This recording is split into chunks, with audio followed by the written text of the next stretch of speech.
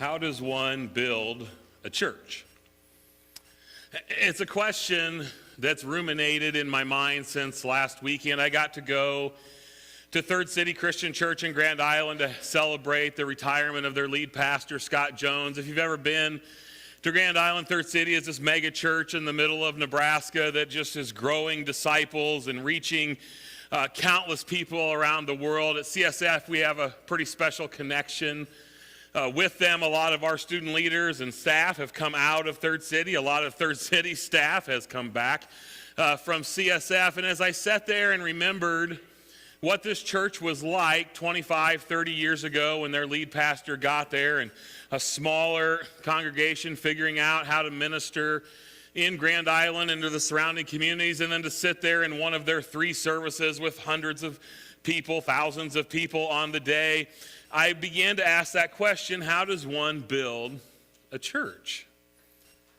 This morning, we're going to continue in our series through 1 Corinthians. We're going to be in chapter 3, and we're going to start in verse 5 here in just a minute, and Paul is going to talk about this very question. In fact, Paul's going to lay out some blueprints for how to build a church. But before we dive into the blueprints that Paul gives us, in the first 4 verses of our text this morning, Paul gives an overarching theme. Paul gives kind of an overarching instruction. It's an umbrella that all of the blueprints have to fall under. It doesn't matter what you do with the blueprints that Paul gives you. If you don't follow this main direction, if you don't understand this main truth, none of the blueprints will work. And in verses 5 through 9, Paul reminds us that the overarching theme of anything that the church is building is simply this: this is all God's, and He is the cause of all growth and fruit. This is all God's, and He is the cause of all growth and fruit. Listen to what Paul says starting in verse 5. He says, "What then is Apollos, or what then is Paul?" He says, "We are servants. Simply servants, through whom you believed as the Lord assigned each." He said, "I planted, Apollos watered, but God gave the growth. It's neither he who plants nor he who waters is anything, but only God who gives the growth. He who plants and he who waters are one." We're all the same thing. "And each one will receive his wages according to his labor, for we are all God's fellow workers." You are God's field. You are God's building. See, the Corinthians just will not get off this attempt or this desire to see who's the most important, or who has the higher status, or maybe I belong to this group, or I belong to that group, or really I'm the one that should get the credit. They just can't seem to get off this. You've seen this theme reoccurring over and over and over again the last few weeks if you've been here walking through this with us. They want to know who can be the most important, who can prove that they're the biggest deal, who can sit at the top of the heap. And Paul says none of that matters. Paul says it doesn't matter who does this. We're all the same. He said it doesn't matter if it's Paul, doesn't matter if it's Apollos, doesn't matter if it's Jimmy Lipper, right? It doesn't matter. They are all servants, period, of Jesus. They are servants of Jesus and stewards of the things and the places that God has sent them. Paul says it's God who causes the growth. It's God who bears the fruit. He says we do have a job to do. We do have a role to play, a mission to live out as followers of Jesus, but it's all under this umbrella that it's God who causes the growth. In John 15, Jesus said it this way. He said, "I, Jesus, am the vine. You are the branches. Whoever abides in me and I in him, it is he that bears much fruit. But apart from me, you can do nothing."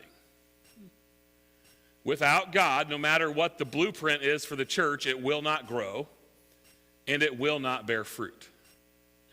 And Paul starts our teaching this morning with this umbrella truth. He's going to lay out some blueprints for you and I on how to build the church. But Paul says, just understand that it's God who causes the growth. It's God who bears the fruit. And if you're not attached to that, then you ain't bearing nothing and you're not growing anything. And that's why the first blueprint that Paul lays out, building blueprint number 1, is that we build on the foundation of Jesus. Verse 10, he says, "According to the grace of God According to the grace of God given to me, like a skilled master builder, I laid a foundation. Someone else is building on that. Let each one take care how he builds upon it. For no one, verse 11, can lay a foundation other than that which is laid, which is Jesus Christ. Paul says there is only one foundation that the church can be built on. He says it is God who lays the foundation. It is Jesus Christ who is the cornerstone of what we believe. It is his foundation, and everything must be built upon that foundation. It is Jesus and Jesus alone who can build the only foundation that lasts. He is the master builder. He is the skilled craftsman. You and I are not foundations to what we build.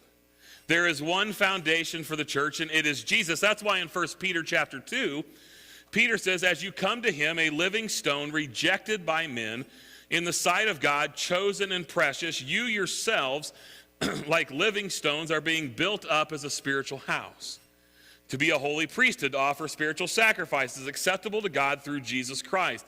For it stands in Scripture, behold, I am laying in Zion a stone, a cornerstone, chosen and precious, and whoever believes in him will not be put to shame. Jesus, Paul says, is the foundation of everything that's going to be built. And you and I know that foundations are essential, right? It's the one thing that stops us from buying a house, right? You go and you look, and the house looks nice. It has the perfect paint color. It's the flooring you want. It's got all the rooms you want. But if you walk outside and you see a crack in the foundation, you walk away. Foundation is the one thing you don't want to hear is wrong with something you've built. Because the foundation, everything is built upon. A foundation is what stabilizes a structure, and it's what unifies a structure. It's what holds it together. Everything comes back to the foundation. Everything we build must be built upon the foundation, unified in the foundation of Jesus. And I think that's what we want, right? Isn't that what we want in the church? I think we want stability. I think we want unity. I really don't think there are people who walk into the church and want the opposite. I don't really think that's ever our intention. I don't think that's what anybody deep down wants. I don't think anybody wakes up and thinks, you know what, I really hope I can create some disunity today at church. Like, I don't think that's how you walked in here today. I don't think anybody wakes up and says, you know what, I really hope I can cause some discord and some disunity, and boy, I really hope I could split some things apart around here. I really hope today I could disrespect other people and dishonor God. I think that would be a good day.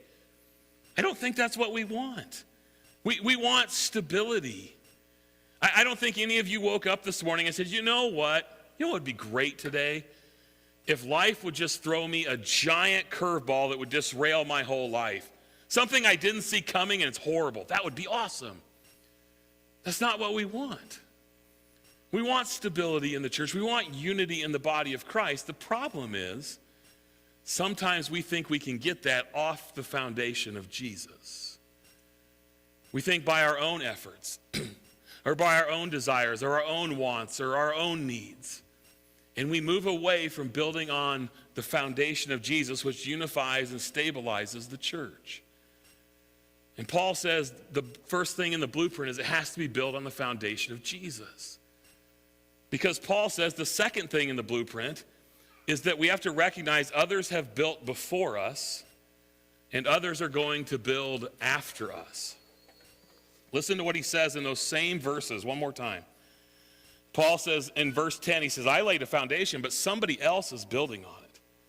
Let each one take care how he builds upon it. Let each one take care of how he builds upon what somebody else has already built. See, the reality is this morning, church, that you and I, we all stand on the shoulders of amazing, sacrificial, great men and women who have gone before us so that we could build on top of what they've built. And the reality is, no matter what we build, no matter what we do in our lifetime, in our place, in this kingdom moment, there will be others that come after us who will have to build on what we have built. The question is, are we willing to build in such a way that others can build it better when we're gone? Kent Hughes, the Bible commentator, says this. He says, rather than functioning as unified constructors of God's supernatural community, he says the Corinthians were making the activity of building the kingdom itself a cause for division, discord, destruction, and demolition. He says, we know that they're not unique in this. We see the same kind of destructive divisions at work in the church today. Church, really, I think the question that Paul's driving at is, do we think what God is building is more important than what we want? And I debated with this message this week, and I decided to go a different direction. Because I thought maybe this would be an opportunity. I've been in ministry a long, long time, and I've got a lot of really good stories about not great building in the church. And I thought maybe this would be a moment to illustrate some of the things that I have seen of some of the worst that can happen in the church, things where I've seen where people had no concern for those who came after them, and they only built what they wanted and what they could keep and what they enjoyed, and if you didn't like it, you could go somewhere else. And I thought of stories after story of things that I could tell you of people who argued over the stupidest things that had nothing to do with the kingdom of God. But the more I thought about it, the more I didn't want to go down that road, because I think what Paul's talking about is not them. I don't want that to be the center of our attention this morning. What I want to talk about is what Paul talks about, and that is what Jesus is building through those who are surrendered to him. And Journey, let me tell you something this morning, just as a side note. I do have a lot of stories, but almost none of them are from here. Almost none. And I've been in this town and in this church in some capacity for over 16 years. And I've got almost zero stories from here. Because I think overall, for the most part, our church has tried really, really hard to honor and build on top of what others have built before us, but to do it in such a way that those that are coming after us can continue to build and reach those around us. I think the only way that happens is when it's not about us. It's about what's really important. If you ask any of the campus ministers who work for me at CSF, we've got about 25 of them all over the Midwest, I would almost bet you if you told them to finish this sentence, if you said, Justin does not do, I bet almost all of them to a person would finish that sentence for you, and they would say, Justin does not do drama.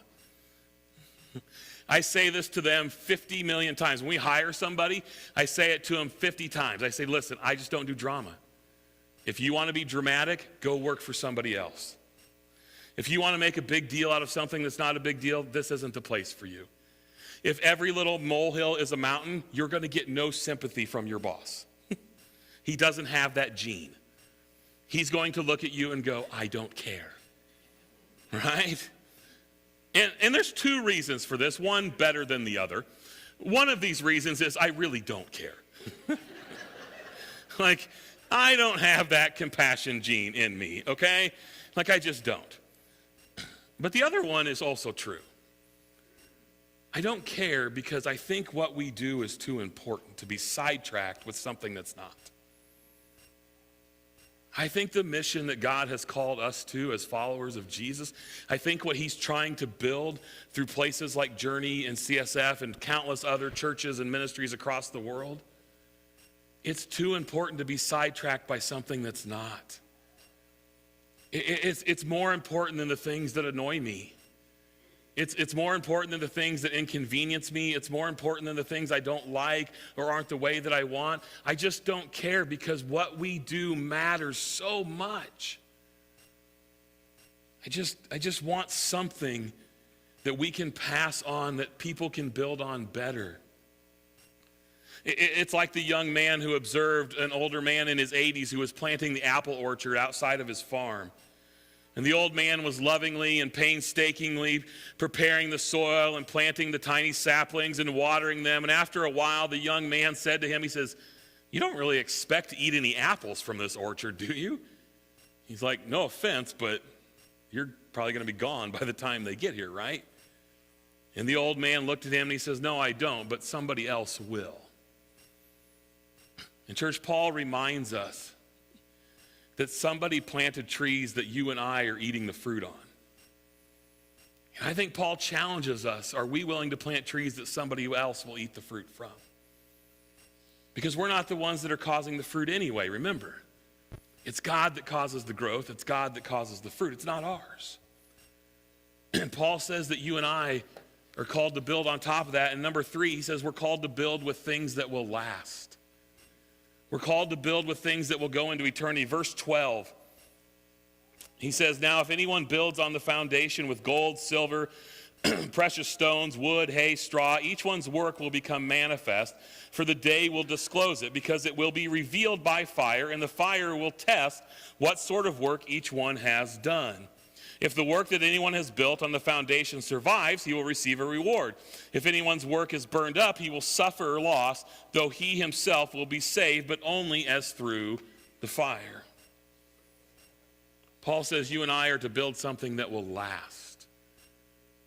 Something that won't go away over the test of time. I don't know about you, but one thing I've noticed already, one thing that's convicting and irritating all at the same time, is as we've walked through even just the first couple chapters of Corinthians, I've noticed that through this series of problems that the Corinthian church faces, that, boy, we really just don't seem as different as I would like today. See, the Corinthians lived in a society that looked different than ours, certainly, but it was a society that was primarily interested in being upwardly mobile. It was a society that lived for worldly achievement. It was a society that wanted worldly greatness, progress through the ranks of society, growing their personal brand and their own portfolios. They were looking for a brand of Christianity that would fit their worldly pursuits instead of their worldly pursuits surrendering to their Christianity. They were giving themselves to non-kingdom things more so than kingdom things. They were giving themselves to non-kingdom things in non-kingdom ways. And it got me thinking this morning, think about all the things, not good or bad, all the things that you and I would say we give ourselves to.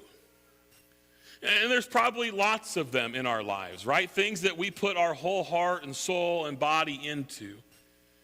And good things, our families, our jobs, the activities our kids are involved in, our communities, our church. Think of the things that we give ourselves to.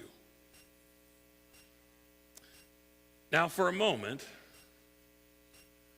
think about what it would really look like if you gave yourself to kingdom building in the same way. What if I gave myself to kingdom building the way I give myself to other things? What would it look like if I gave myself to kingdom building in those things? Would maybe God grow? Maybe God would build something that would last beyond a season of life. Francis Chan does an exercise when he consults with church leaders. He sits in the room with the elders or the leaders of the church, and when he's doing these seminars, he asks them to make a list of all the things that people expect from their church, things that he thinks people expect. And he says they usually list a lot of the obvious things, like a really good Sunday morning service or strong children's and youth ministries, a certain style or volume or length of singing, a well-communicated sermon, easy parking, clean building, nursery services, all the things that usually go on in a church, a good small groups program. And then he says, I asked them to list God's commands that he gives in Scripture to his people.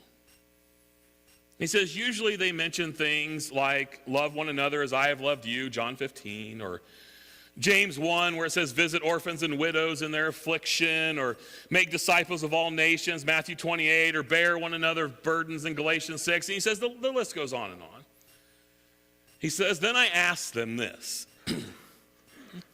which would upset your people more? If the church didn't provide the things on the first list, or if the church didn't obey the commands on the second one. Yeah. I'm glad I didn't make us raise our hands this morning either. See, Paul reminds us that we're called to build something that will last. Now, it doesn't mean that the other things don't matter. I think how we worship on Sunday morning matters. I think what we do on the stage matters. I think what we do throughout the week matters. I think the programs that we provide matter. But they only matter if they're building people who follow Jesus.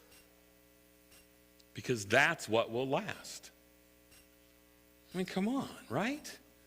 Some of you have seen 3 or 4 different music styles in your lifetime in the church. Some of you have been here long enough that you sat on seats that were less comfortable. Some of you have seen things here that have changed over the years. You've went from flannel graphs to poster boards to video screens. You've seen things change. But I really think what you haven't seen change is those things being used to help people find, follow, and be like Jesus. See, Paul reminds us in his last building blueprint that the church is not a building anymore. Paul says you and me, we are the building of God now. That's the blueprint. Verse 16, he says, do you not know that you are God's temple and that God's Spirit dwells in you? If anyone destroys God's temple, God will destroy him. For God's temple is holy, and you are that temple. Now, that word translated temple in this passage, it's a Greek word called naos. And that Greek word naos refers specifically to the inner sanctuary of the temple, the holy place in the Old Testament where God dwells. And now Paul says, just remember, the building blueprint for how to build a church is you. Paul says that you and I, as followers of Jesus, we are the naos of God. We are the inner sanctuary, the holy place where God dwells. Paul later on in this letter in chapter 6 will say, do you not know that your body is a temple of the Holy Spirit within you, whom you have from God? You are not your own. You were bought with a price, so glorify God in your body. Paul says the blueprint of how to build a church has nothing to do with brick and mortar, and it has everything to do with hands and feet. Paul says the blueprint for building the church is not what goes on in here, it's what goes on in here. Because you can have the biggest church building with the best programs, but if there ain't any people there, it ain't the church. The London Observer, years and years ago, told a story of a platoon of Chinese soldiers who were stationed in the middle of the Gobi Desert. It was a little place called Qingsha. And their only job was to keep this railroad track clear of blowing sand in Qingsha. Now, no passengers ever traveled on this railway except for a few soldiers going in and out to Qingsha. The only freight that this railroad and this railway ever carried was supplies to the soldiers who were stationed there, whose only job was to keep that railroad clear. The soldiers' only orders in Qingsha was to maintain a railroad track, and the railroad track's only function was to supply soldiers in Qingsha.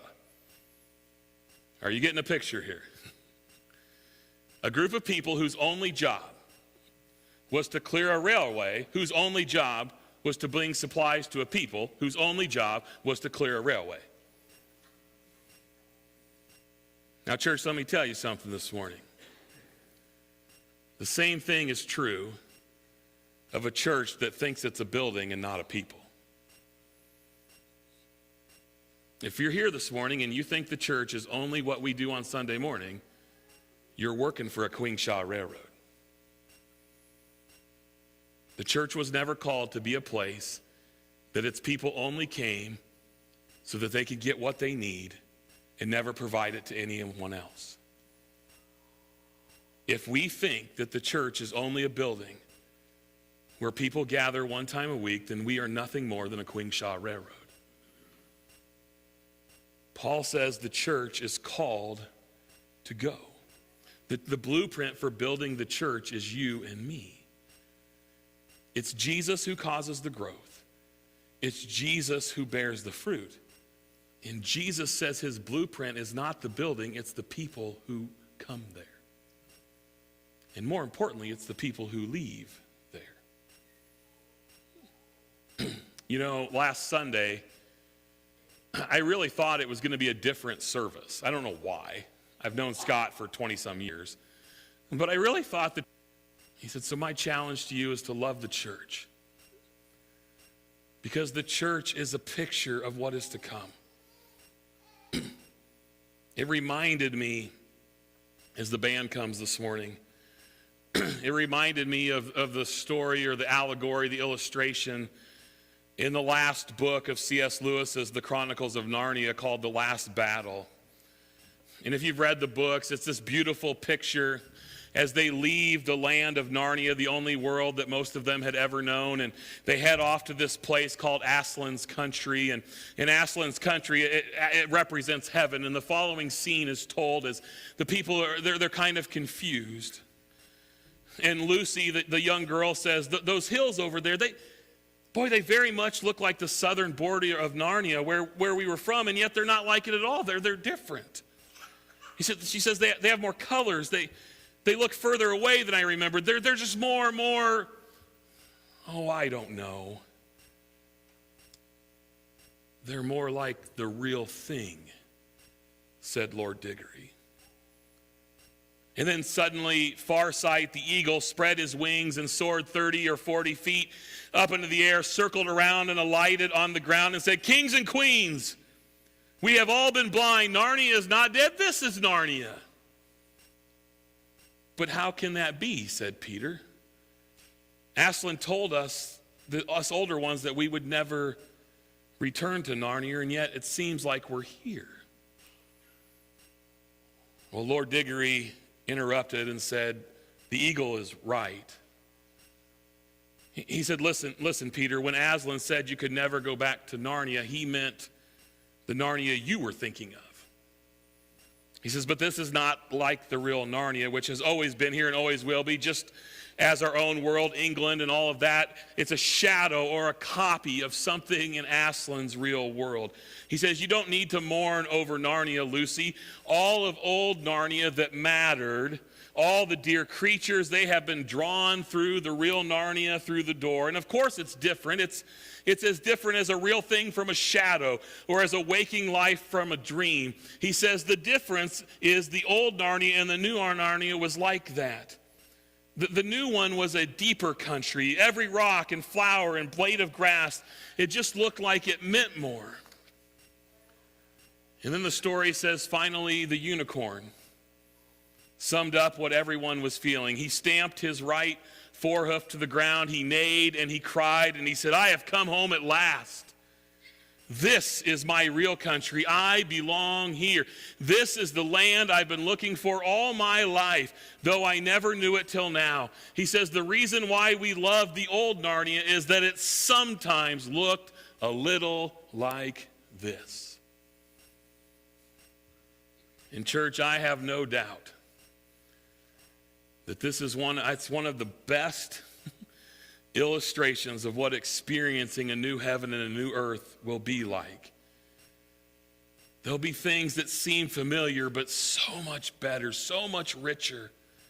I have no doubt, church, that what God is building for you and I for eternity is beyond anything we could ever think of. I wholeheartedly believe that those who follow Jesus, our new Narnia, our heaven, will be beyond anything that we could ever dream of. What God is building is beyond our wildest comprehension. My question this morning, church, is are we letting God build something that even remotely looks a little bit like it today? And if that convicts you this morning, here's the good news. Jesus is not done building yet. He's not done building in us. And Journey, let me tell you something. He ain't done building through us. And so let us cement ourselves on the firm foundation of Jesus. And let us give ourselves to kingdom building together. Let us not just attend church this morning. Let us be the church tomorrow.